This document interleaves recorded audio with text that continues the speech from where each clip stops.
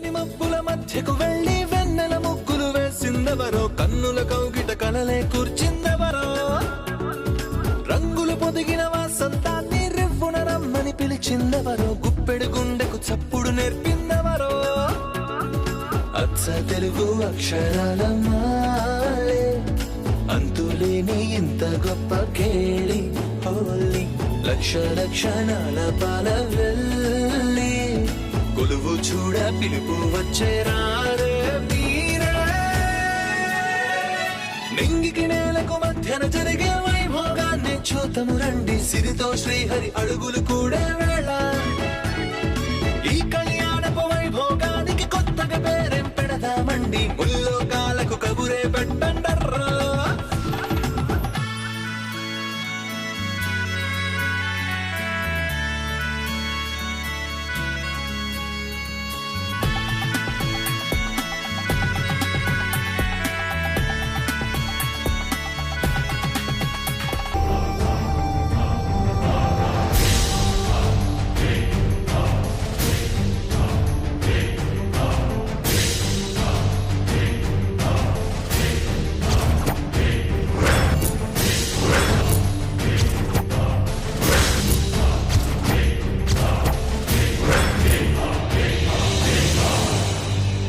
ముందు ఎద్దును పంపించారు, తర్వాత పావును పంపించారు.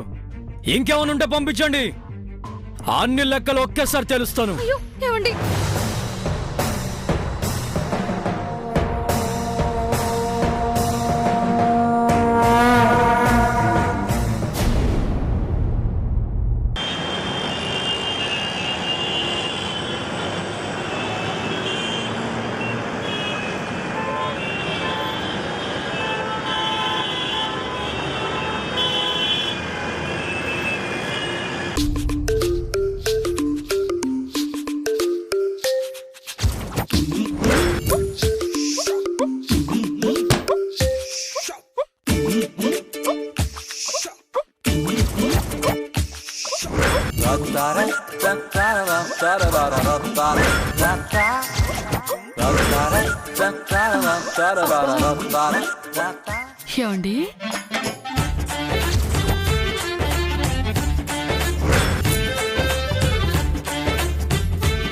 ఏమండి, ఏంటిది?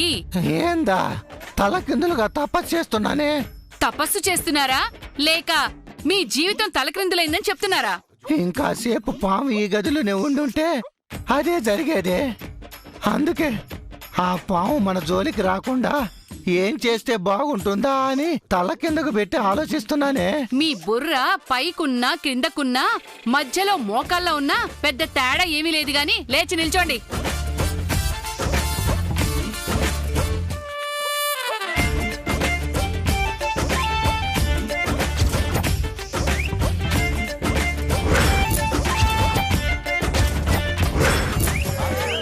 ఏంటి నన్నే చూస్తున్నారు?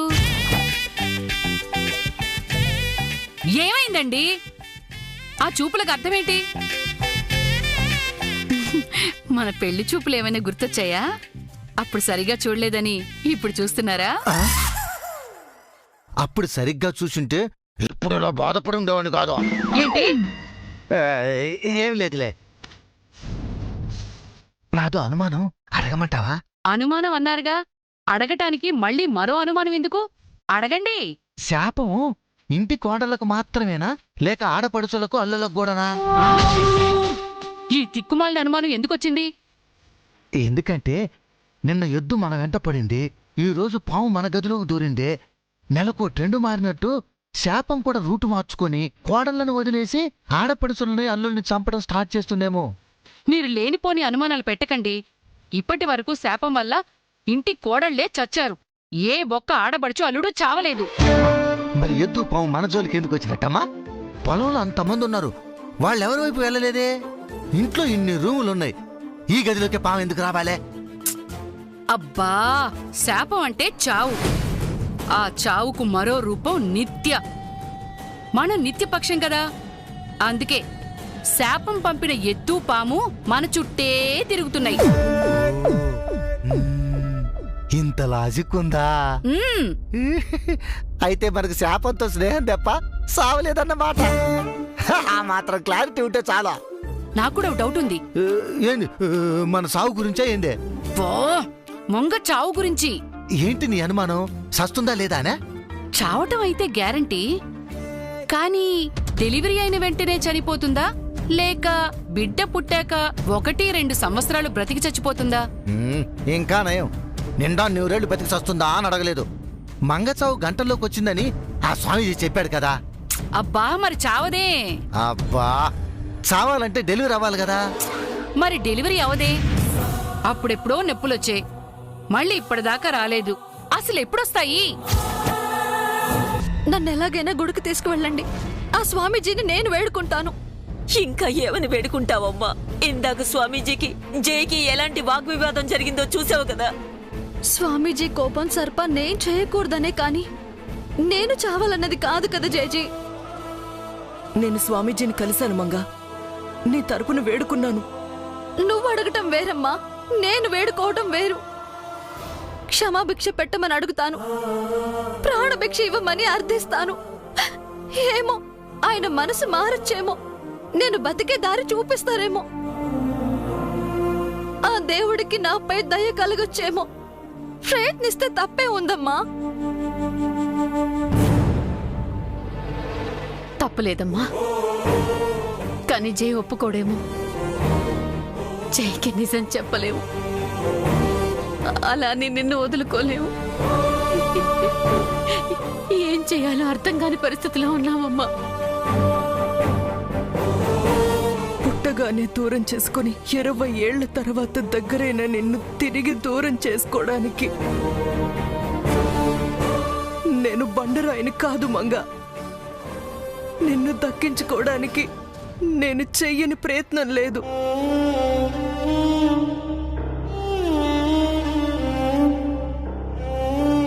అన్ని దారులు మూసుకుపోయాయని ఆ స్వామీజీ చెప్తుంటే నా జీవితం ఎందుకు ముగిసిపోమా?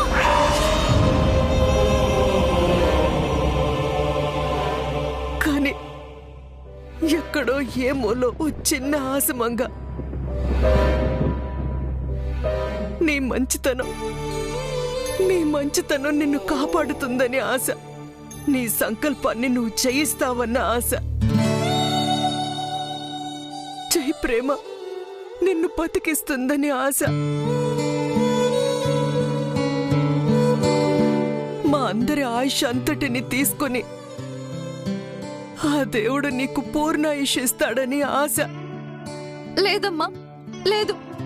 నేను బ్రతకాలి, కానీ మీ అందరితో కలిసి బ్రతకాలి. మీలో ఏ ఒక్కరు లేకపోయినా నేను లేనట్టే.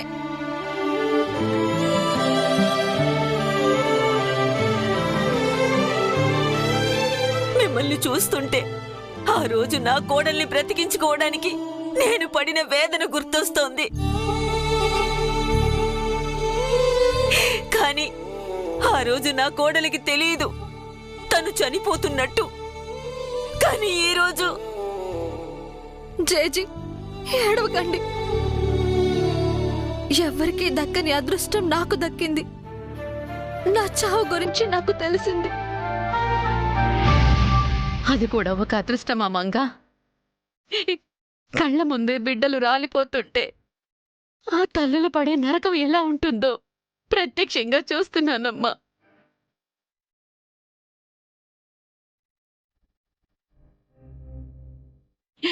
ఇన్నాళ్ళు పిల్లలు లేనందుకు బాధగా ఉండేది. మొట్టమొదటిసారి నేను గుడ్రాలనైనందుకు ఆనందంగా ఉందమ్మా. అత్తయ్య, అవునమ్మా, ఓ రకంగా ఇది నాకు దక్కిన అదృష్టం. పిల్లలు ఉన్నారన్న సంతోషం లేదు, పిల్లలు దూరం అవుతారన్న బాధ లేదు. ఆయన మీ అబ్బాయి కారా అత్తయ్య? నేను మీ అమ్మాయిని కానా?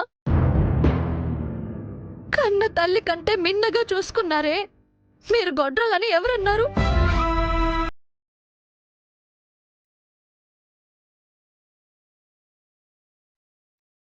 ఏదో దేశంలో ఒక చిన్న పక్షి ఉండేదట. నా అలాగే దానికి కూడా తన చావు గురించి తెలుస్తుందట. అది బాగా పాడుతుందంట. కానీ గుడ్లు పొదిగేటప్పుడు తప్ప అది మిగతా సమయంలో పాడదంట. 2-3 రోజుల్లో చనిపోతాననగా ఆ 2-3 రోజులు ఆపకుండా పాడుతుందంట. తనివి తీరా పాడుకుంటుందంట. అలాంటిదే నా జీవితం కూడా. ఓ జీవికి జన్మనిస్తూ నా జీవితాన్ని ముగిస్తున్నాను. బతకాలన్న ఆశ ఉంది, కానీ బతికి ఆయుష్ ఉందో లేదో తెలియదు.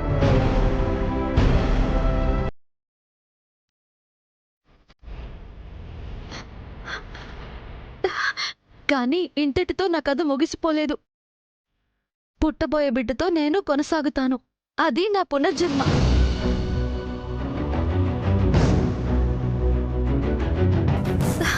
జేజీ, మీరు అదృష్టవంతులు. 4వ తరాన్ని కూడా చూడబోతున్నారు. అత్తయ్య, మీకు మనవడు మనవరాలు వస్తున్నారు. అమ్మా, నువ్వు అమ్మమ్మవి కాబోతున్నావు. ఆయన తండ్రి కాబోతున్నారు.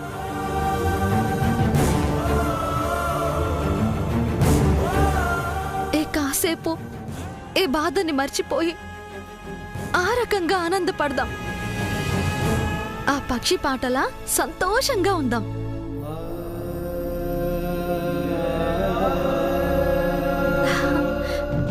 ఇంతకీ ఆయన ఎక్కడున్నారు?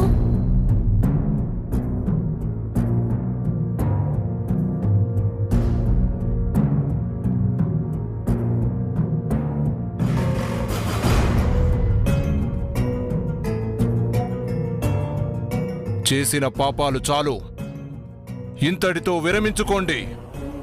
లేదంటే వంశనాశనం తప్పదు, వినాశనం జరుగుతుంది. జరుగుతున్న వాటికి కారణం మీరు, జరిపించేది నేను కాదు. ప్రతి చర్యకి సాక్ష్యం, చేసే ప్రతి కర్మకి సత్యం, విదితం రహస్యాలకి కన్నిటికున్నది సాక్ష్యం. శివం భవహరం హరం, శివం భవహరం హరం, శివం భవ.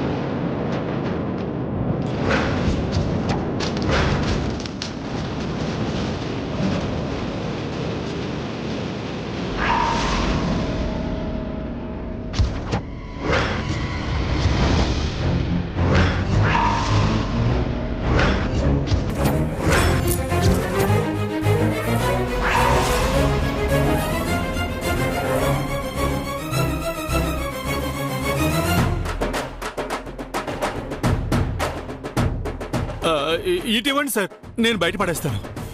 ఇదెక్కడి నుంచి వచ్చి ఇక్కడ పడింది? అది సార్, గాలికొచ్చి పడినట్టుందండి. గాలి ఎప్పుడు వచ్చింది?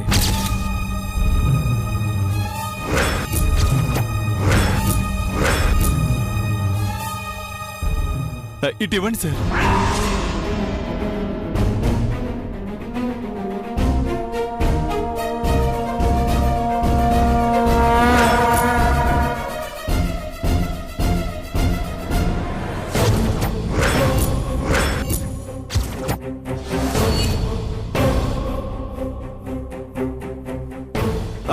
సార్ గాలి అదిగో ఆ విండో నుంచి వచ్చినట్టుందండి.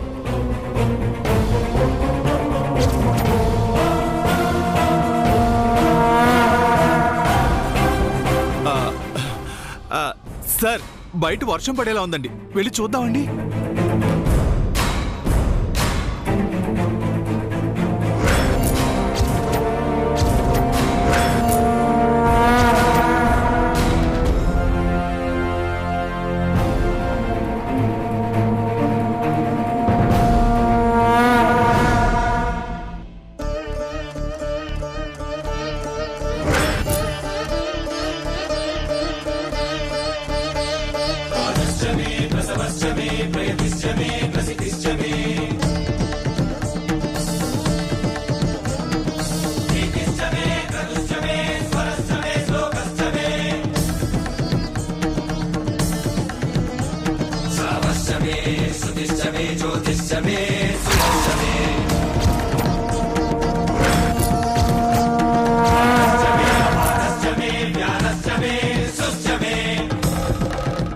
జడ్జి, చాలా రోజుల నుంచి చూస్తున్నాను, కానీ ఎప్పుడు డీప్గా అబ్జర్వ్ చేయలేదు. వీళ్ళంతా ఎవరు? శాపానికి సమిధులైన కోడళ్ళు.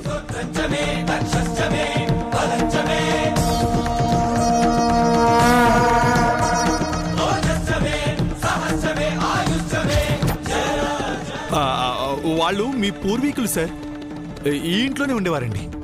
మిగతా వాళ్ళంతా ఓకే, మామూలు ఫోటో వీళ్ళ పక్కన ఎందుకుంది?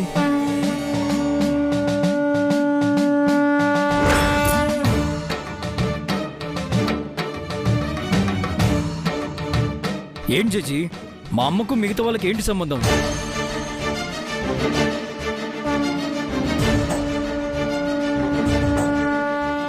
అంటే సార్ మీ అమ్మగారు స్వర్గస్థులయ్యారు కదండి, అందుకని మిగతా పెద్దవాళ్ళ పక్కన అమ్మగారు ఫోటో పెట్టారండి.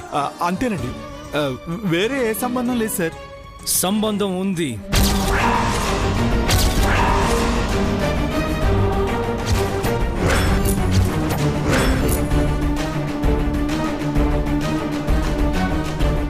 ఫోటోస్ కింద వాళ్ళ డేట్ ఆఫ్ బర్త్ అండ్ వాళ్ళ డేట్ ఆఫ్ డెత్ అబ్జర్వ్ చేసావా? అందరూ యంగ్ ఏజ్ లోనే చనిపోయారు.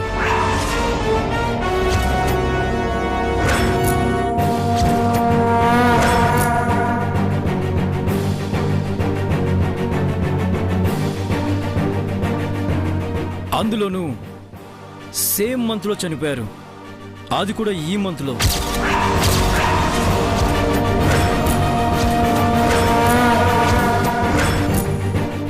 వీళ్ళంతా చిన్న వయసులోనే ఎందుకు చనిపోయారు చేచి? అది కూడా ఈ మంత్ లో ఎలా చనిపోయారు?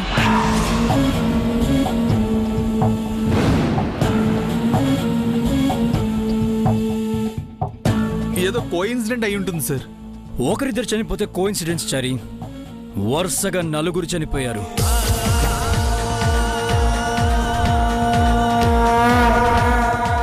వీళ్ళ వయసుకి చనిపోయిన నెలకి చావుకి ఏదైనా సంబంధం ఉందా? సంబంధం ఉంటే అది ఎలాంటి సంబంధం? చిన్న వయసులోనే వీళ్ళు చనిపోవడానికి కారణం ఏంటి చెప్పండి జడ్జి. ఇప్పుడు అవన్నీ ఎందుకురా? మంగ నిన్ను రమ్మంటోంది, వెళ్ళు. అవును సార్, కాసేపట్లో మేడం గారికి డెలివరీ, మీరు మేడం గారు పక్కనే ఉండాలి సార్. వెళ్ళండి సార్. మీ మేడం ఎంతో దూరం లేచారి, తను పిలిస్తే పలికేటంత దగ్గరలోనే ఉన్నాను. నాకు ఈ ఫొటోస్ గురించి తెలియాలి.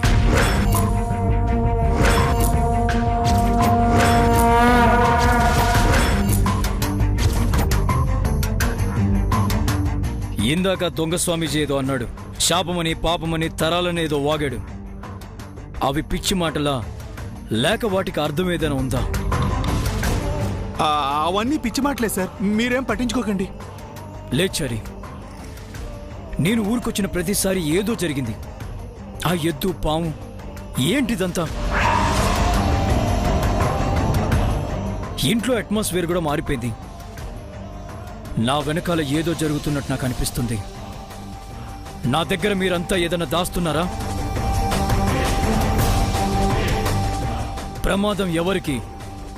నాకు తెలియాలి, చెప్పండి.